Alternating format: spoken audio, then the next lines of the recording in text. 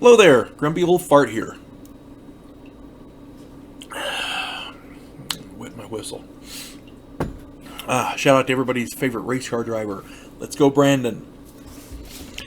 I'm doing an alien activity video because I found this article and it looked intriguing, so I did some research and I found out that the official story may not be accurate. Again, I'm going to do a thing at the end here about how true this is and how not true it may be. I don't know, but it's something people probably need to be aware of. So here we go.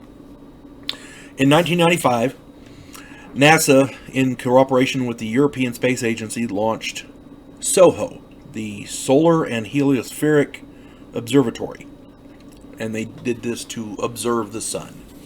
And they're finding all kinds of interesting things about the sun, stuff we didn't know. Some of it kind of scary, but knowledge is power, and we need all the power we can get. Knowledge is important. It's better to know, and yeah. Anyway, SOHO has repeatedly captured images of a giant cube-shaped UFO moving around the sun, and it's not just one. There's lots of them. SOHO personnel claim that these cubes are glitches in the pictures caused by transmission errors. And while this is a fairly common occurrence in long-distance image transmission, especially from space, there are a number of problems with this explanation. And I'm going to go into some of these problems that people have pointed out. And I want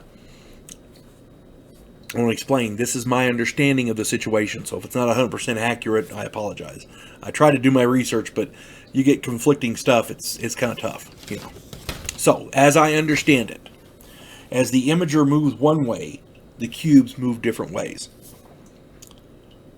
If it was a problem with the image transmission, you would either get these little pixel cubes all over the place, static, moving along with the picture, or you would get one that stayed in the same spot, moving across. As the imager moved, it would stay with the imager.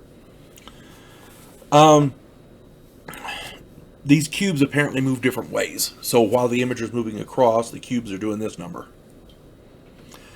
If it was a problem with the image transmission, the anomaly would follow the imager.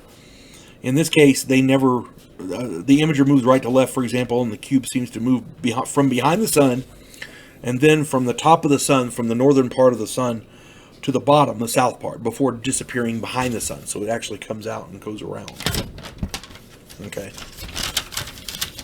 Because the observatory uses different types of imagers, like infrared, UV, etc., the cubes appear to use stealth technology. They're non-reflective black surface, like our stealth jets. The cubes are often seen leaving the sun and then continuing on out into deep space. The cubes are often seen appearing to absorb particles or energy from the sun. There was a video several years ago that I saw, and it looked like it was on the Jaime Maussan thing. I talk about him in some videos, UFO Legends, that kind of thing. And it looks like a very large sphere absorbing energy from the sun. That's what it looked like. And apparently these do the same thing. These cubes vary in size from the size of our moon to over 25 times the size of the Earth. That's pretty freaking big. Now, again, here's the disclaimer. In all fairness, much of this can be faked, and there doesn't seem to be any way to verify the reality of these images. So none of this may be true. Okay? But the government's track record regarding transparency on the UFO subject has been less than stellar. And I urge you to find the NASA images from the SOHO Observatory and make your own decisions, develop your own opinions. If there's something out there that's a cube shape, that's, my wife made a good joke the other day when I told her about this. 2020 and 2021 has been an absolute dumpster fire. Why wouldn't the Borg come and get us? Par for the course. You folks have a good day. God bless one and all.